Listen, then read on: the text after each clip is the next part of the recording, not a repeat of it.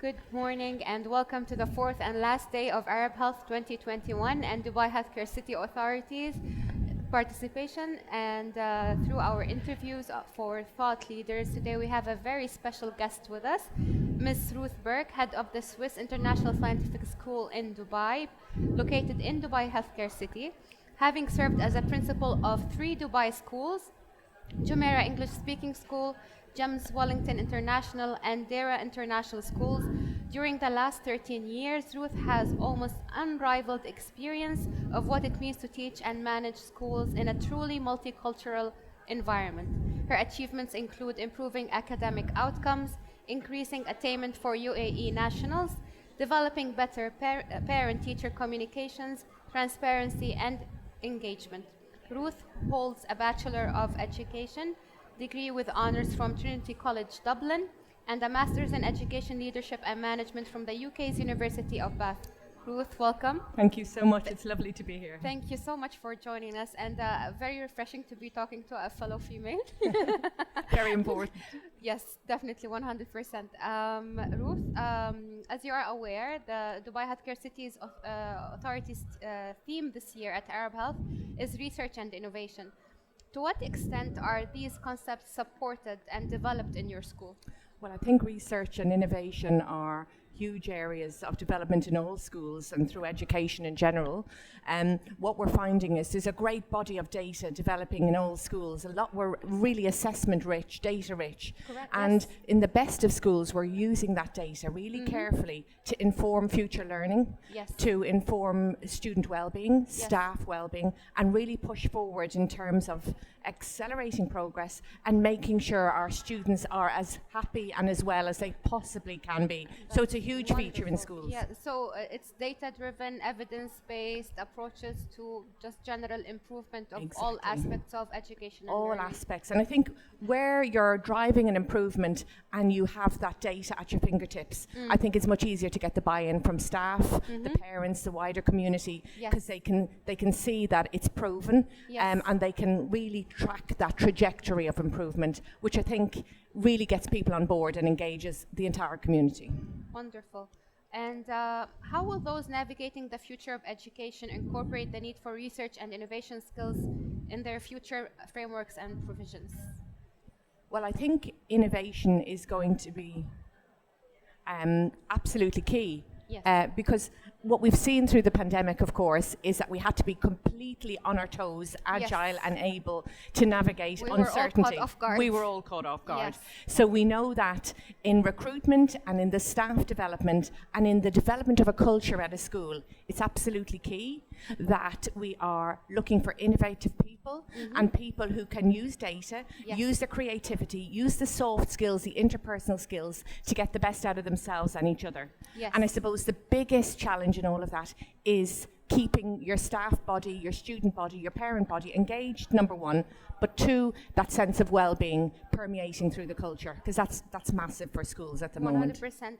And how were you able to maintain that engagement during coronavirus, during the pandemic and the lockdown, ensuring the well-being of the students and the staff? A lot of people were experiencing, let's say, some to the extreme depression, some burnout.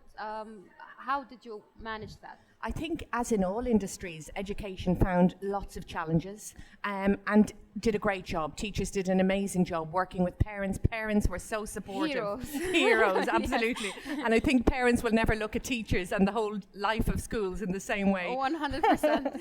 I found that myself as a parent too. Likewise. It's interesting to sit on Yes. the other side of the kitchen Yes, table it with really children, does. isn't It it? really is, yes. So I think the main thing with that was staff having a voice and staff owning the decision making. We were all working on our toes. Empowerment just gives them that Exactly, responsibility and that exactly. ownership, like Yeah, you said, yeah. and there is pride, there is responsibility. So Yeah. yes, definitely. And I think too on that journey, day 1 of distance learning was very different to day 13 and day 30. We were all navigating on uncharted territories, and we were all, working hard to listen to our customers, listen to our students, our parents, our staff, Yes. and tweak as we went and make it more manageable and student-centric.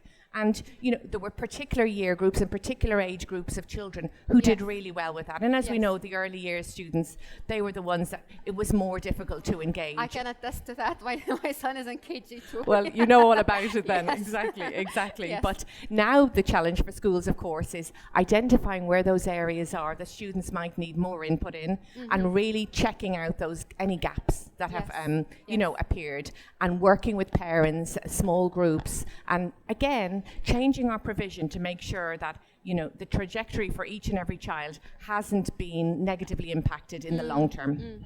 Wonderful.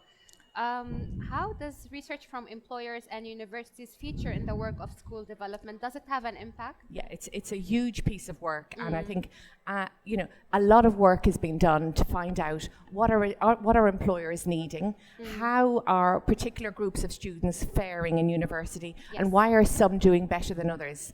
At Swiss International, we follow the IB curriculum. So from early years, the students are learning the skills of critical thinking, inquiry, research, and I think that stands them in great stead moving forward through school. If anybody has a 5-year-old at home, you'll know that their favorite question is why. And one of the tools in quality assessment and management is the 5 whys. And we tend to be annoyed by that sometimes in children and maybe try to push it to the side. But that innate natural curiosity, if properly nurtured and guided, like you said, it would just grow and flourish into something maybe unexpected even. This is the key thing, I think, keeping that curiosity, as you've just said, Yes. absolutely alive. Now, the IB curriculum is particularly good at that Yes. because it's embedded in skills of inquiry, critical thinking, collaboration, communication. It's not a body of knowledge just to be learned. Yes. So I think, you know, when we look at the research coming from universities and from employers, we know that actually what the students are going to need for jobs that don't even yet exist, we haven't dreamt of in some cases, 100%. is that agility, that ability to multitask, that Yes. ability to really problem solve and work together in Yes. that team Yes. approach. Resilience, being able to adapt. Yeah, exactly. Yes. And I think a lot of schools are working on that grit and that growth mindset. Yes. Again, very, very important in the IB curriculum, so that students understand that sometimes it takes hard work. Mistakes are absolutely fine. Failure leads to success if you show that determination and resilience. So yeah, it's really looking at those skills and those attitudes Yes. and values. How do you go about assessing such a concept? It seems so abstract. So Yeah. how do you assess it among your students? Well, self and peer assessment is really important in our assessment process. So the students are learning the skills of reflection and really working against, you know, success criteria to see, you know, where was I on that continuum of you know, determination, for example. Yes. And all the time giving the students the metacognitive skills to be able to reflect on what they're doing Yes. and honestly sort of, you know, assess themselves and each other. It's a process, but it's a really important process, and I think it's, Indeed. you know, for life skills, it's going to be one of those key things. Yes. How well am I doing? Where do I want to go? And how am I going to Be close your the own gap? judge, be your own Exactly. monitor. Yeah, Yes. and you know, we can teach those skills from an early age. You know, we look at the children, early years children, and if we in a classroom, those children who can self-regulate, and for us as teachers and educators, that's about children choosing an activity and being able to concentrate on it for a sustained period of time. Yes. Now, interestingly, it's a really good indicator, much more so than early literacy or mathematics skills. Those children who can self-regulate in terms of academic achievement are in a great place. So while lots of parents might be concentrating on phonics and number skills Yes. and all of that, actually the ability to play, to sustain concentration, Yes. to work with other children is a much better indicator of future academics. These are all wonderful, wonderful insights. Thank you so much, Ruth, for joining us today and for introducing us to the Swiss International Scientific School. You're very welcome. And the IB curriculum. Thank you so much for joining us today. Please stay tuned for 2 more interviews later in the day. See you later. Thank you.